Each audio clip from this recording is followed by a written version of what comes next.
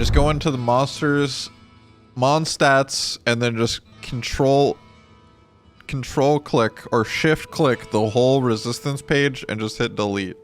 With the new 2.5 patch coming around the corner and the way that Sunder Charms currently work in the PTR, it kind of begs to ask the question, are the Ubers too easy for elemental builds? Today we're actually going to have a bunch of footage that we're going to go over from today's testing, and I'll give you a little bit of my opinions.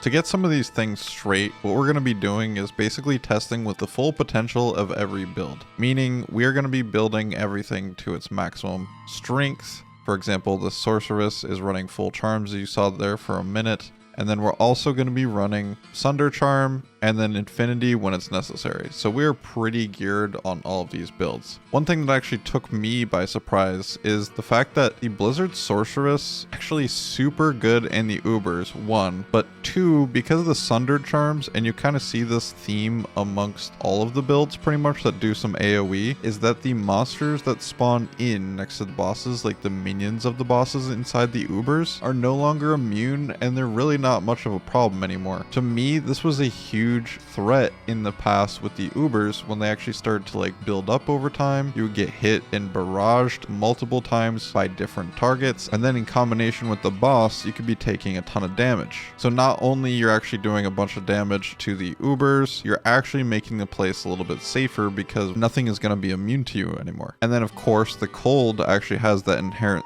CC or crowd control, and it's very, very strong. You freeze monsters in place. Now for the cold Sorceress, you don't really need to use Infinity. The only reason why I have it here is because I'm using it to get that early static off when I can. Mephisto, you can't really static unless you're using the Lightning Sunder Charm, but you know, it does pretty big damage if you can static them half health first before you start the full fight. Anyways, with that out of the way, the fire builds were absolutely bonkers as well. Cold Sorceress absolutely shredded, and fire builds did as well. I did a Fireball Meteor, I tried Inferno, and I tried Firewall. Firewall was probably the easiest one to do. However, Meteor just had some insane DPS if you got them in the right place. The only problem with Meteor is that the Meteor takes a long time to get down, and it was kind of hard to get the boss's bone prisoned and keep together. Overall, the amount of damage output that the Elemental Sorceress has now is kind of disgusting. I also tried the Lightning Sorceress, and the Lightning Sorceress was the only one that gave some type of challenge. But I literally just went into the Ubers with a Lightning Sorceress. I was actually using the Infinity from my Mercenary on my Sorceress here because one, you get the Conviction Aura, and then you also get Pierce Enemy Lightning Resist stat. Use Laura Res Wand and just absolutely melt them. And then like I said, any collateral damage that you do and it hits a monster, it's probably just going to kill that monster, meaning that the fight is actually going to be safer than it was in the past because you have less minions hitting you.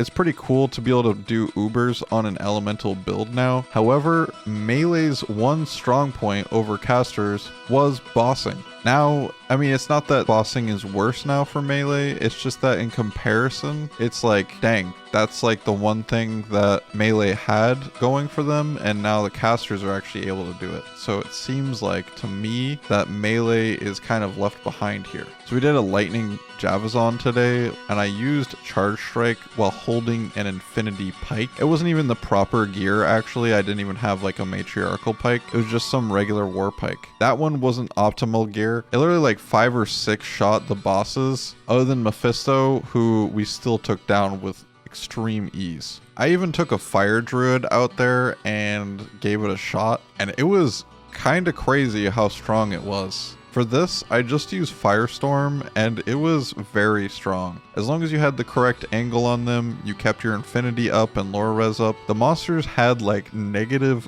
80 resist or something like that, depending on the gear that I had and stuff. But I used a faceted phase blade with 6 facets in it, so it was like minus 30 there, but it's still extremely strong, and it's kind of crazy how you're just able to go in there with Firestorm and melt the bosses. This has to be illegal in all 50 states. The last character I tested today was the Paladin. We tested Holy Fire or Dragadin, basically using Dual Dragon Hand of Justice, and then we tried Dual Dream with Crescent Moon. I was also going to try Holy Freeze, but then I realized you can't really do Conviction Aura plus the Holy Freeze very well. It's like you can use Doom and get level 12 aura, but that's not super good. So I didn't actually use Holy Freeze for it. It definitely is strong enough to get an infinity and just farm with, but to do Ubers, I would recommend doing it with a friend. Some other builds that I would recommend also doing with a friend would be Fireclaw Druid. I tried that out, and the Fireclaws is a little bit underwhelming. You kind of get overwhelmed with some of the monsters spawning in and being interrupted. If you just cosplayed as a Fury Druid, you would probably just be fine. I also tried the exploding arrows on, and I feel like if you just had a friend or something to take out some of the extra monsters that are spawning in, or take more of that heat off of you, I feel like you could actually do the Ubers with relative ease when you're using Immolation Arrow. As far as the elemental builds for the Paladin, including the Holy Fire and the Dream Paladin, it pretty much seems like you're just a glorified smiter.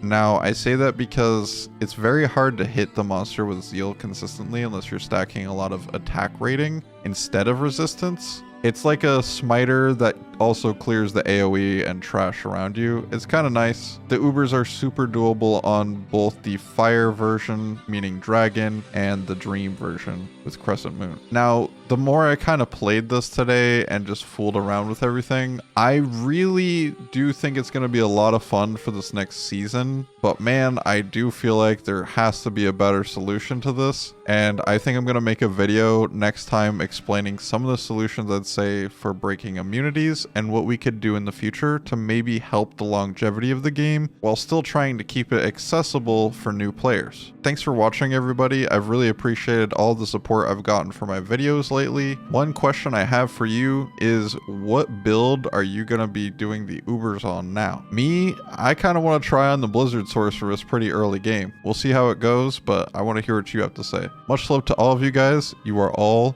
beasts.